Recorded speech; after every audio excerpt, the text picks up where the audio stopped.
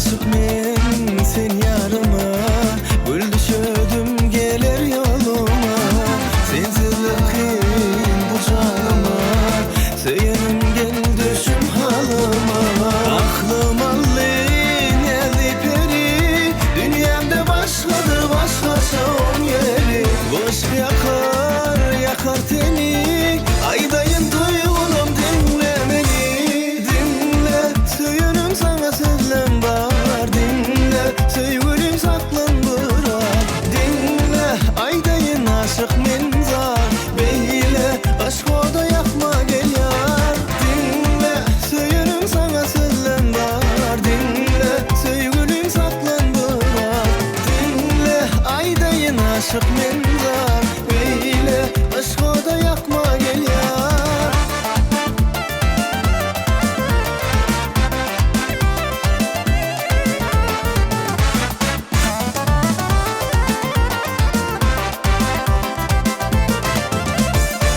Bu aydımın sen şanına, yazdım yarım görün badıma.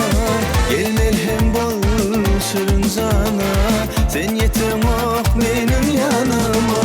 Aklım allin elli peri, dünyamda başkadır başkası on yeri. Aşk yakar yakar teni, aydayın duyğunum dinle beni. Dinle söyünüm sana sözlem var, dinle sevgilim saklan bırak. Dinle aydayın aşık men zar, beyle aşk oda yakma gel yar. Dinle söyünüm sana sözlem var, dinle sevgilim saklan bırak. Dinle aydayın aşık men zar, beyle aşk oda yakma gel yar.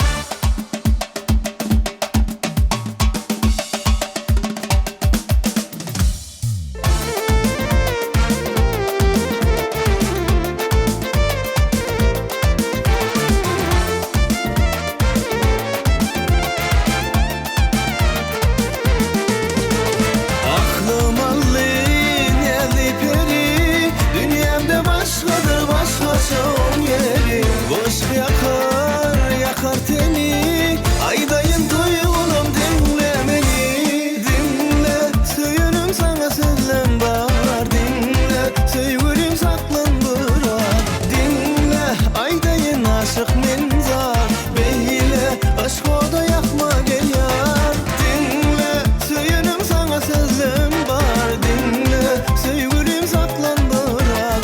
Dinle aydayın aşık men